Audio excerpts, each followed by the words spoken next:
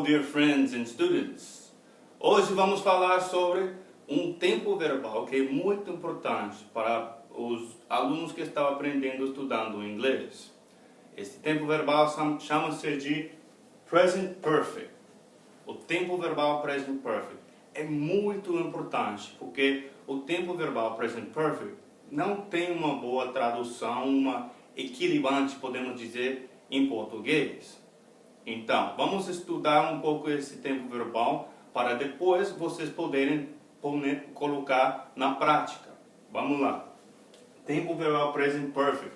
Muitas vezes, você poderia confundir com o nome do tempo verbal. Por exemplo, Simple Present, que vocês já estudaram com certeza. Present Perfect é um hábito ou costume. Ontem, eu escovi os meus dentes. Hoje, escovo os dentes. Amanhã vou escovar os dentes. Escovo os dentes. Ou seja, por hábito. Vai através dos três tempos verbais. É um hábito ou costume. O Present Perfect, ele é um pouco diferente. Ele é muito diferente, na verdade. Vamos lá. Vou fazer algumas comparações para vocês verem como funciona esse tempo verbal. Não é nada difícil. Eu vou simplificar isso para vocês entenderem melhor o assunto. Vamos lá. Primeiro, o Present Perfect, ele não é tão presente como parece indicar o nome. Então, o Present Perfect tem vários usos também. Lembram primeiro, antes de começar isso, que sobre todo o assunto gramatical, especialmente os tempos verbais, você tem que saber duas coisas importantes para chegar a praticar o assunto com êxito. E isso são o uso de use e a estrutura, da structure. Bem importante. Para chegar a praticá-lo com êxito, tem que entender essas coisas aqui, eles são fundamentais. Então, eu tenho um timeline aqui para a gente começar. Present Perfect. O que é o Present Perfect? O Present Perfect muitas vezes usa um time expression como ever ou never. Aí, especialmente na negação e na pergunta. O que eu vou analisar um pouco mais para vocês daqui um pouco. Então, Present Perfect começa no passado, principalmente. Começa no passado, podemos pensá-lo assim. Vamos comparar com o Simple Past. Agora bem, o Simple Past. I opened the book. It's a Portuguese book. Very good book. I opened the book. I closed the book. É uma ação que acontece em tempo e ocupou todo de um segundo, podemos dizer. Aqui podemos pensar, I opened the book. I opened the book. Ok? Não sei se dá para ler. Mas, tá bom. I opened the book. Ocupou esse tempo em espaço. Desse jeito aí. Agora, eu vou escrever uma pergunta para vocês verem como funciona no Present Perfect. Have you ever eaten sushi? Have you ever eaten sushi? Essa tradução da palavra ever não é muito boa entrar na tradução. Lembra que a tradução está colocando uma ideia de outro assunto em outro idioma. Então, ever, nessa ideia aqui, eu traduziria assim, tipo como já alguma vez na sua vida.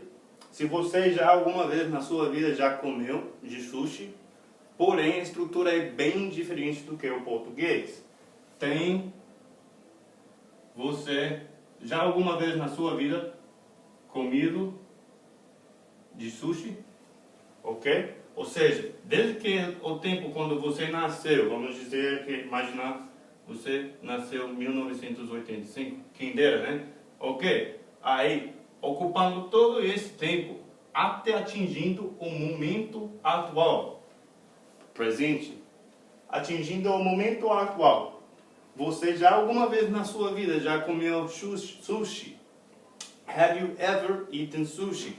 principalmente essa palavra ever nunca traduz como sempre. Muitas vezes o aluno vai lá no tradutor, vê o que é ever e veja que é sempre. Nunca, quase nunca, hardly ever. It's never sempre, ok? Forever, para sempre. Provavelmente vem daí.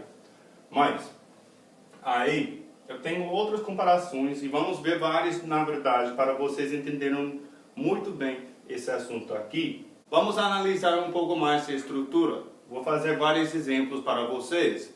Primeiramente, eu gostaria de começar com um exemplo que eu fiz em espanhol, porque espanhol é o idioma mais perto ao português, podemos dizer. E para demonstrar que os outros idiomas também têm esse conceito, um tipo de tempo verbal assim. Look what you've done. Mira lo que tu has hecho. Tu não é necessário, mas só para demonstrar o pronome utilizado. Mira lo que tu has hecho. Em português, olha o que você fez. Para mim, fica meio estranho em português falando desse jeito. Ao pé da letra seria, olha o que você tem feito. Então, look what you've done. Mira lo que tu has hecho, olha o que você fez. Olhamos a estrutura aqui nesse exemplo. Combinamos para formular esse present perfect, you, o sujeito, mais o auxiliário have, que no he, she, it seria has, e o past participle done. Agora bem, os past participles tem muitos tipos deles, precisa dar uma estudada. Eu considero os past participles tipo como vocabulário. Tem que estudar eles, praticar eles, saber neles, e aí vai dar certo. Ok? Vamos olhar mais alguns exemplos. E aqui com este exemplo, vamos aprender um pouco mais sobre o uso. Que eu já falei que o uso vai alguma coisa acontecendo no passado até atingindo o presente. Podemos pensar assim. Primeiro tem que raciocinar em tempo onde que se encontra este tempo verbal. Mas aqui vamos ver um pouco mais profundo como ele funciona na verdade. Então, lembra para a estrutura, vocês têm que saberem 3 coisas sobre a estrutura, ok? 3 formas, podemos dizer, além dos short answers, respostas curtas. Primeiro, a pergunta, have you ever been to Germany? O ever, ele não é tão necessário. Eu posso até dizer, have you been to Germany? Excluindo o ever. Mas é muito bem incluí-lo, especialmente para vocês começando a estudar esse tempo verbal, para não perder a prática de usar esse tempo verbal e essa expressão. É um time expression, que é muito essencial a este present perfect, porém não necessário. Have you ever been to Germany? Preste atenção que eu estou usando o past participle do be, do verbo to be. Que isto é uma forma de falar muito especial, podemos pensar.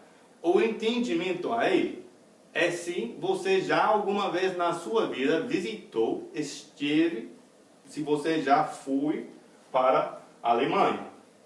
Have you ever been to Germany?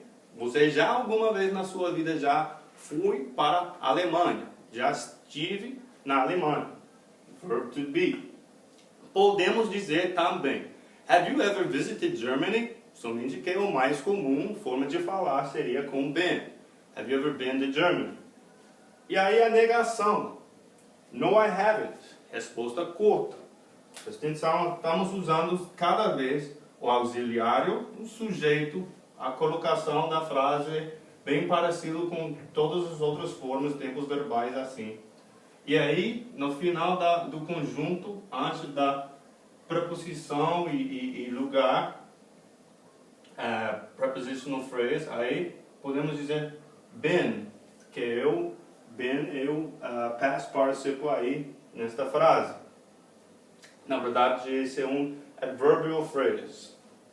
To Germany. Ok? No, I haven't. I've never been. Eu nunca fui, nunca estive, nunca visitei. Eu nunca visitei. Então, no, I haven't. I've never been. Está usando sujeito primeiro, depois o auxiliário aí com uma contração not, ou podemos usar poderia falar no I have not, só que fica um pouco mais ênfase na resposta. I've never been, I have never been. Mais ênfase na resposta se você excluir a contração. I have never been, I've never been. Eu nunca fui, nunca estive. Yes, I have, afirmação na resposta curta. Yes, I have. I've been there several times. Eu fui, eu estive várias vezes. Several times. Estive lá várias vezes. Não nos vamos perder na tradução ao pé da letra. Tradução mental é muito ruim, vocês já sabem disso.